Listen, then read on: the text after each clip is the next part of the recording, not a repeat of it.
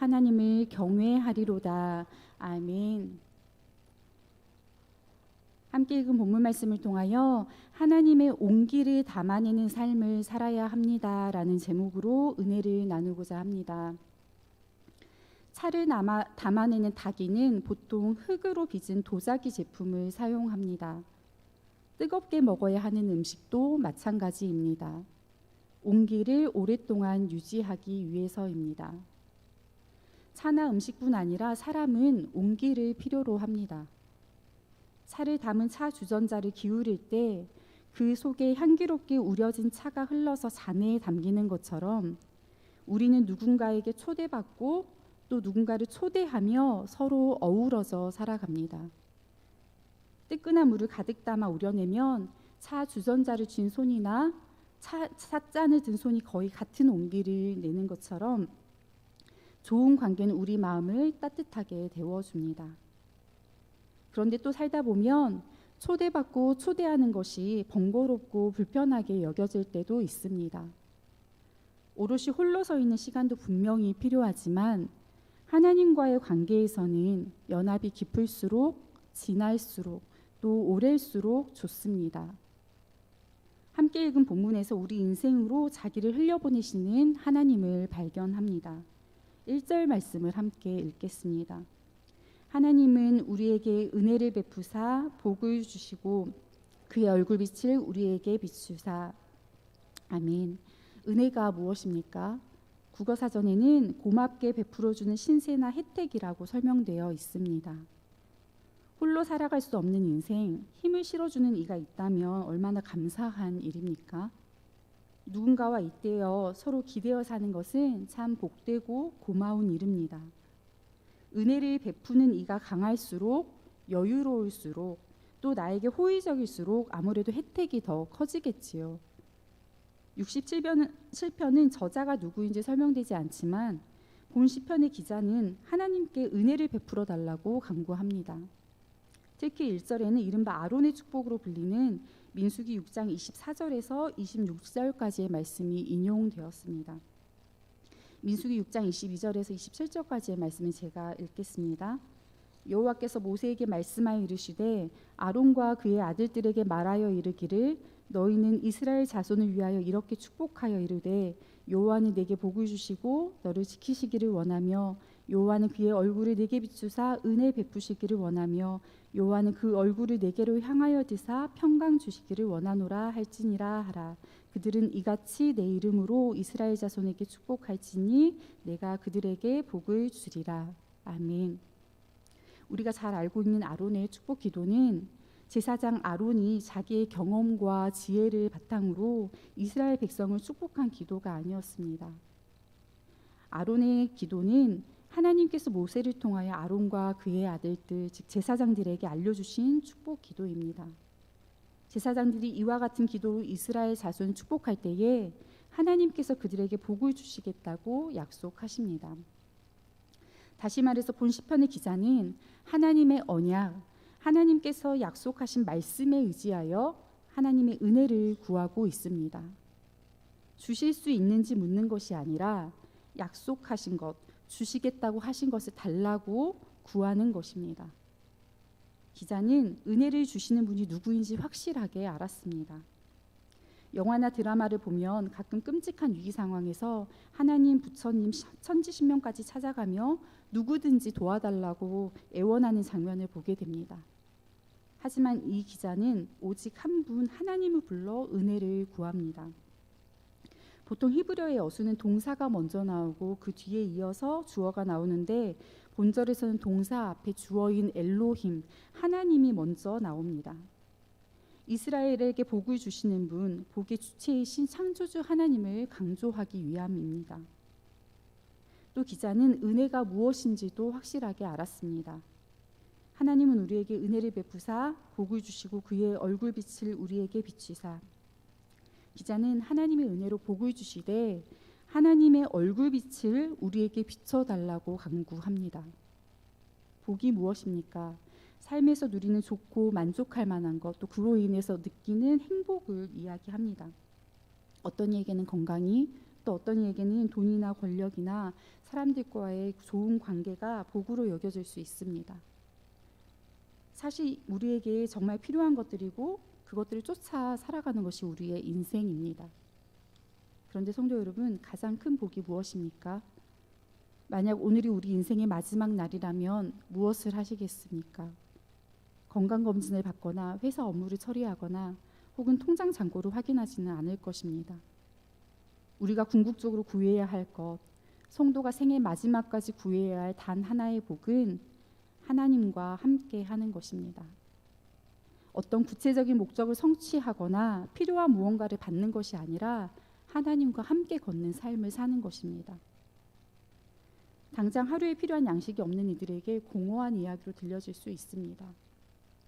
당장 먹을 것도 없는데 하나님과 함께하는 것이 복이라는 이야기가 들려지지 않을 수도 있습니다. 그런데 그럴수록 우리 인생의 절박함은 인생들을 지으신 창조주 하나님을 향해야 합니다. 하나님은 복의 근원입니다. 다시 말해 하나님은 하나님 자신이 바로 복이라는 것입니다. 복 자체이신 하나님의 얼굴빛이 우리에게 비친다는 것은 하나님의 특별한 호의와 은총이 우리에게 흘러온다는 것을 이야기합니다. 우리 인생이 하나님의 임재 안에 거하는 것, 그것이 복입니다. 성도 여러분, 본 시편의 기자는 은혜가 어디서부터 오는지, 은혜를 주시는 분이 누구인지, 어떤 은혜를 구해야 하는지 정확하게 알았습니다. 성도는 하나님으로부터 오는 은혜, 하나님께서 약속하신 은혜, 하나님께서 인생들을 긍휼히 여기셔서 베풀어 주시는 은혜에 기대어 살아야 합니다. 우리는 스스로 빛을 낼 수 없지만 빛이신 하나님께서 그 얼굴을 우리에게 향하여 빛을 비추실 때에 그 따뜻한 온기를 담아낼 수는 있지 않겠습니까? 성도는 하나님의 은혜로 죄에서 벗어나 하나님의 임재 안에 갇혀 살아야 하는 자들입니다.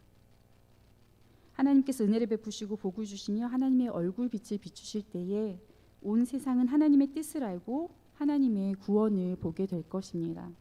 2절의 말씀을 함께 읽겠습니다. 주의 도를 땅 위에 주의 구원을 모든 나라에게 알리소서. 아멘. 기자가 하나님의 은혜와 복을 구하는 목적은 자기 혼자 세상의 부귀영화를 누리기 위함이 아니었습니다. 온 세상이 하나님의 뜻을 알고 하나님의 구원을 보는 것, 다시 말해서 하나님의 영광을 위함이었습니다. 어제 주일 예배 설교 말씀처럼 복음은 모든 인생에게 효력을 갖습니다. 예수님께서 전하신 하나님의 사랑은 탄식하고 신음하는 세상 전체를 품고 치유하시는 다함이 없는 신실한 사랑입니다. 우리에게 하나님의 은혜가 부어지고 우리에게 하나님으로부터 복이 임할 때에 우리는 그것을 통해 우리 이웃을 섬기기 원하시는 하나님의 마음을 기억해야 합니다. 하나님은 우리를 거쳐가는 모든 사람들, 그리고 우리와 관계를 맺고 서로 기대어가는 사람들, 그 모두에게 그 모두의 삶에 다가가기를 원하십니다. 하나님의 은혜가 우리에게서 끝나지 않도록 우리는 세상의 빛으로 산 위에 있는 동네처럼 등경이 등불처럼 하나님의 파수꾼으로 살아가야 합니다. 또 기자는 하나님께서 은혜를 베푸시고 복을 주시며 하나님의 얼굴빛을 우리에게 향하실 때에 인생들이 마땅히 보여야 할 반응을 이야기합니다. 3절의 말씀을 함께 읽겠습니다. 하나님이여 민족들이 주를 찬송하게 하시며 모든 민족들이 주를 찬송하게 하소서. 또 5절의 말씀을 함께 읽겠습니다.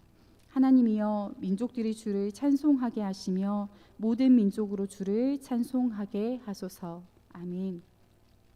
본 시편의 표제는 시 곧 노래, 인도자를 따라 현악에 맞춘 것이라고 되어 있습니다.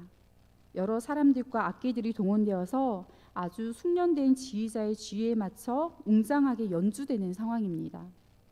3절과 5절 말씀은 마치 노래의 후렴구처럼 동일한 구절이 반복되고 있습니다. 민족들이 주를 찬송하게 하시며 모든 민족들이 주를 찬송하게 하소서. 주의 도가 땅 위에 주의 구원이 모든 나라에게 선포될 때에 모든 민족은 주를 찬송하게 될 것입니다.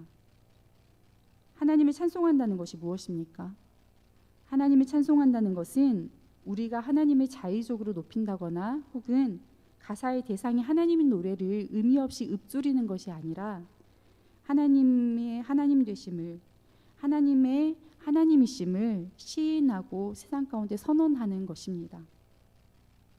우리가 인생을 살아가면서 여러 모양의 목적과 의미를 추구할지라도 그 모든 것은 하나님께 영광이라는 기준을 통과해야 합니다. 우리의 모든 선택이 결국 주를 찬송하는 방향으로 나아가야 한다는 것입니다.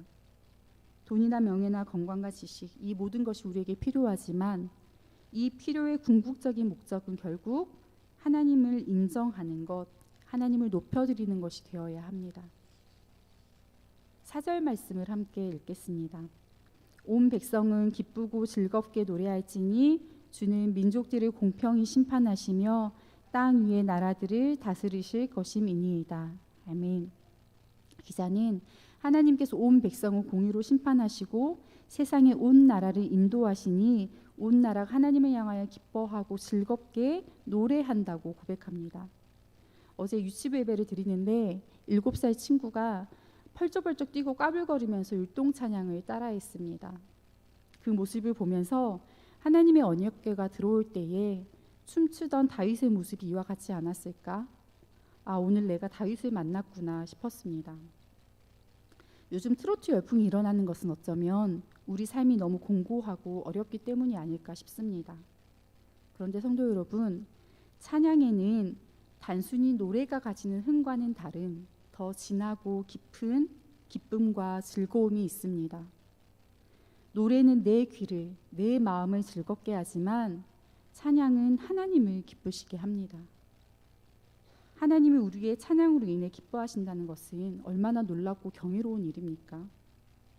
살아가는데 여러 가지 모양의 즐거움이 필요하지만 성도는 하나님을 찬양함으로 얻는 즐거움, 그 참맛을 알고 누리며 살아가야 합니다. 마지막으로 6절과 7절의 말씀을 읽겠습니다. 땅이 그의 소산을 내어주었으니 하나님 곧 우리 하나님이 우리에게 복을 주시리로다. 하나님이 우리에게 복을 주시리니 땅의 모든 끝이 하나님을 경외하리로다. 아멘. 우리가 하나님을 인정하고 하나님을 찬양하며 하나님의 온기를 담아내는 삶을 살아낼 때 마치 하나님의 창조 질서 가운데 땅이 그 소산을 내어놓는 것처럼 하나님은 전하여지고 복음은 열매를 맺을 것입니다. 우리에게는 힘이 없지만 힘 있는 복음이 전하여지고 땅의 모든 끝이 하나님의 거룩하심을 찬양하며 하나님을 경외할 것입니다.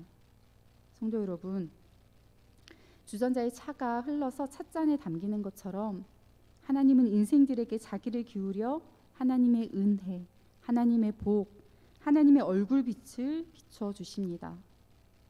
뜨거운 차가 찻잔에 담겼을 때 손끝에 온기가 전해지는 것처럼 하나님의 은혜가 우리 인생에 흘러올 때에 냉랭했던 우리의 심령에 하나님의 온기가 담겨져야 합니다. 혈기를 부리며 성질이 가득하였던 우리의 속사람이, 우리의 마음이 하나님의 용서와 위로와 사랑으로 가득 담겨져야 합니다.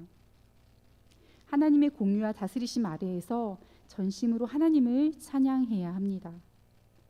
하나님의 거룩하심에 완전히 압도되어 우리의 인생이 두렵고 떨려야 합니다. 우리에게 담겨진 하나님의 온기가 우리의 속사람을 변화시키고 또 다시 냉랭한 마음들, 무너진 인생들에게로 전해져야 합니다. 성도는 하나님의 온기를 담아내는 삶을 살아야 합니다. 하나님께서 오늘 우리에게 말씀을 주시는 이유는 우리를 통해 세상에 전할 메시지가 있기 때문입니다.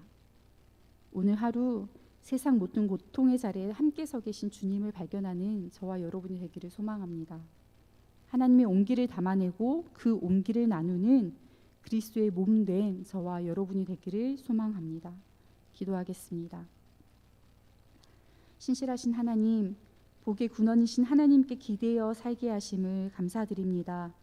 어린 새가 어미새의 너른 깃털 아래 숨는 것처럼 이 시간 우리가 하나님의 온기를 찾고 구합니다. 우리에게 은혜와 복을 주시고 그 얼굴빛을 비추시기를 기뻐하시는 하나님, 하나님의 온기로 냉랭한 우리 마음을 따뜻하게 하시옵소서. 우리를 회복시키시고 위로하는 하나님의 온기로 인해 상처받고 무너진 우리 속사람이 힘을 얻게 하시옵소서. 하나님의 온기로 새롭게 거듭난 우리가 다시 또 그 온 길을 전하는 하나님의 파수꾼으로 살게 하시옵소서. 오늘도 우리를 통하여 복음이 전해지길 원하시는 주님의 마음을 알게 하시옵소서. 우리를 통하여 하나님의 영광이 드러나게 하시고 땅의 모든 끝이 하나님을 찬송하게 하시옵소서. 찬양받기 합당하신 주님, 마땅히 찬양받으실 주님을 우리 인생을 들여 높여드리기 원하오니 우리를 받아 주시옵소서. 예수 그리스도의 이름으로 기도합니다. 아멘.